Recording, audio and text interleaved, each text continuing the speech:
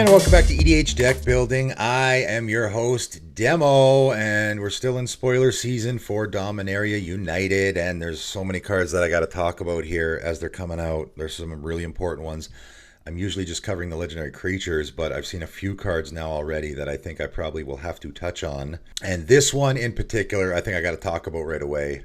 Plaza of Heroes, and it's a land, and it is a, first of all, okay, so it's a land which makes it easy to put in any deck. It doesn't have a color identity. It's colorless, which means you can put it in any deck, right? So already we have a land that can go in any commander deck. Okay, so, but we're just getting started here.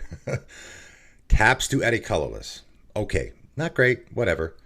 Taps to add a mana of any color. Spend this only to cast a legendary spell, which of course is your commander, and probably a lot of other things in your deck as well. So if we stopped right there, okay, if we just stopped at that, I think you could put this in any commander deck. Okay, now maybe not like a 5-color deck, maybe 4-color deck is iffy because it's only adding 1 mana of any color to a legendary spell. Definitely though, any 1 or 2 or maybe even 3-color deck, you could throw this card in just with those first 2 abilities. Right, adding mana of any color, only to cast a legendary spell, I think would be worth it. Definitely 1 and 2, maybe even 3, which is like probably 80% of the commander decks out there, right? However, we also can tap it to add 1 mana of any color among legendary permanents you control. So now it's gotten even better. So now I'm definitely going to put it in the 4 and 5 color deck because it's going to be worse if before I have my commander out, but as soon as I cast my Atraxa, for example, I've now cast my Atraxa. This guy can help cast my Atraxa because he's going to add 1 mana of any color to cast my Atraxa. It hits the battlefield, and now it's going to tap for 1 mana of any color among legendary permanents I control. So it's going to tap for all the colors that I need. So now it's a command tower, right? Also, I mean, you don't need your commander. It's legendary permanence, right? And again, the second ability there is any legendary spell. So it's going to help not just with your commander, but other stuff. And the third ability is it's going to tap to add mana of any color that your commander is, but again, also any other legendary permanence. So even if you have legendary happen to have legendary permanence out before you get out your commander, right? So it also is going to help there. But now we are in my opinion, with those first 3 abilities, we are in the territory of this goes in every commander deck, I think. You'd have to have a pretty good reason not to. The interesting thing is it works. I guess the monocolor decks, you probably don't need it. Just like a command tower, you don't need to put it in a monocolor deck, right? So like I don't put command tower in my monocolor decks, right? So you actually don't need this because having the proper colors is usually not an issue for a monocolor deck. However, we have another ability. 3 mana, tap, exile Plaza of Heroes, target legendary creature gains hexproof and indestructible until end of turn. So now I do have a reason to put it in my monocolor decks, and I'm going to, because now I can make my commander have hexproof and indestructible end of turn. So now this card is maybe more playable than a command tower, right? Because those first 3, well, I mean, getting past the colorless part, those middle 2 abilities are helping you cast stuff in decks with lots of colors, right? Which a command tower is going to do, and a lot of other stuff.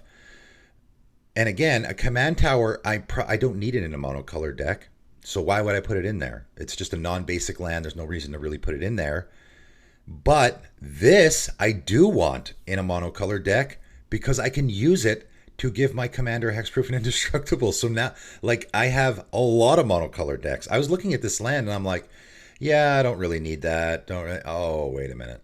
I'm like, okay, I have a land. Now I have a land in play that I can make my commander indestructible and hexproof. And again, in a mono red deck, for example, I have a mono red deck. Mono red's not great at protecting your stuff, right? So people are casting board wipes all the time. Your commander keeps dying. This is a way to protect it.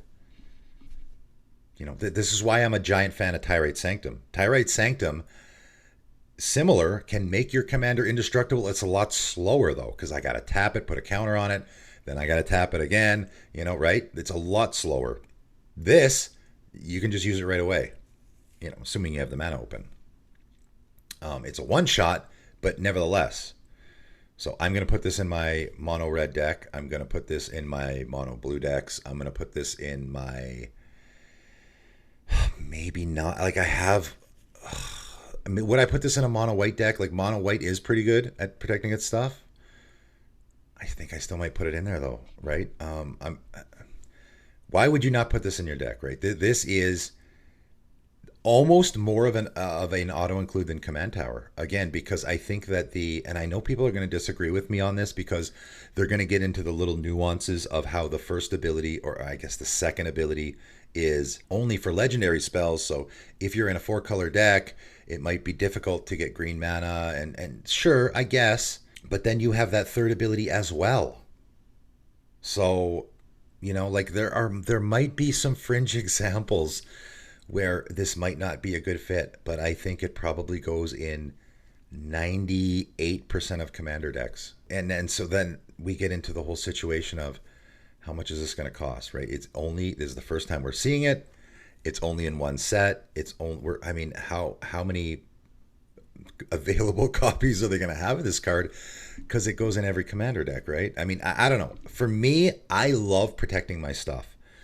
It is a huge advantage in a commander game to protect your stuff. So the fact that I can sacrifice a land, like Yavimaya Hollow. There's a card I love, Yavimaya Hollow. It's a very expensive card, right? Being able to pay a green mana to regenerate your commander, and of course, regenerate isn't nearly as good as making it hexproof and indestructible. I love Yavimaya Hollow. Unfortunately, I only have one copy, so I only have it in one deck. I'd love to put it in all my green decks. This can go in any deck. For me, I would put this in all my decks. All my decks, I would put this card. That's just me. If it makes it a little bit difficult, because I have, like, if I'm in a scenario where, okay, I have a land that adds colorless mana and I want to cast, a non-legendary spell that is obviously got colors in it, maybe it's making me my life a little more difficult. It's worth it for me because of the upsides. I think are worth any downsides you have here. Yeah, I would put this card in all my commander decks. That's just me. What do you guys think? I don't know. This is my initial reaction to it. Again, this is one of those cards that when you're playing it, you might get a little stuck. But I put colorless lands in my decks already. I'm already putting colorless lands. Everyone does. Everyone already puts lots of colorless lands in their decks. So there's nothing new here, right? You're going to have a Ghost Quarter or something, or a Scavenger Grounds or whatever. You're already putting those lands in your decks. So there's nothing new here. If this is just tapping for colorless mana, it's not the end of the world. I know people that put Field of the Dead in all their commander decks because they love that card so much. And that only taps for colorless mana. And for me, I'm definitely putting this in over Field of the Dead. So yeah, let me know what you guys think. This to me seems like absolutely a commander staple, and it goes in like 98% of decks. There's very few reasons why you wouldn't want this in your commander deck. Hopefully it's not going to be stupid expensive, but I can't imagine why it wouldn't be. Lands usually, whenever you have a land that is very sought after, it's usually very expensive, right? So I guess we'll see.